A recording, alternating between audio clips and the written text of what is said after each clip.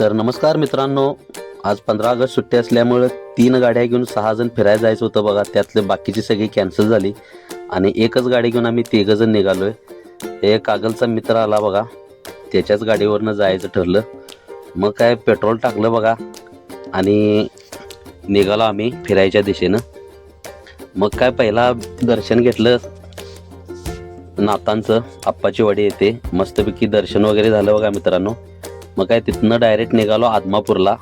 मामांचं पण दर्शन झालं. आज 15 ऑगस्ट सुट्टी असल्यामुळं गर्दी भरपूर होती, पण तिथं पण दर्शन मस्त झालं.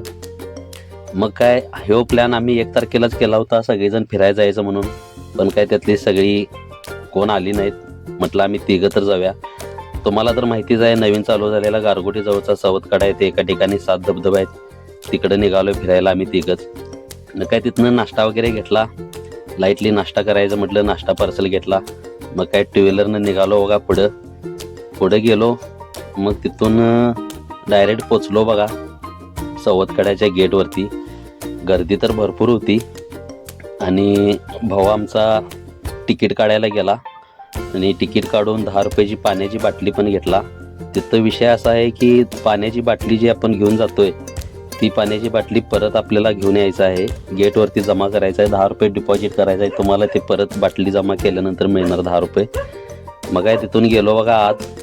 पर्यटन तर भरपूर होतं, गर्दी पण भरपूर होती. यायला पण तेवढीच माणसं आणि जायला पण तेवढीच माणसं होती. मग आत गेलो, जरा मस्तपैकी चिखल होता, मजा केली. तिथून गेलो पुढं. शो बघा, हे सवतकड्याचा पहिला पॉईंट.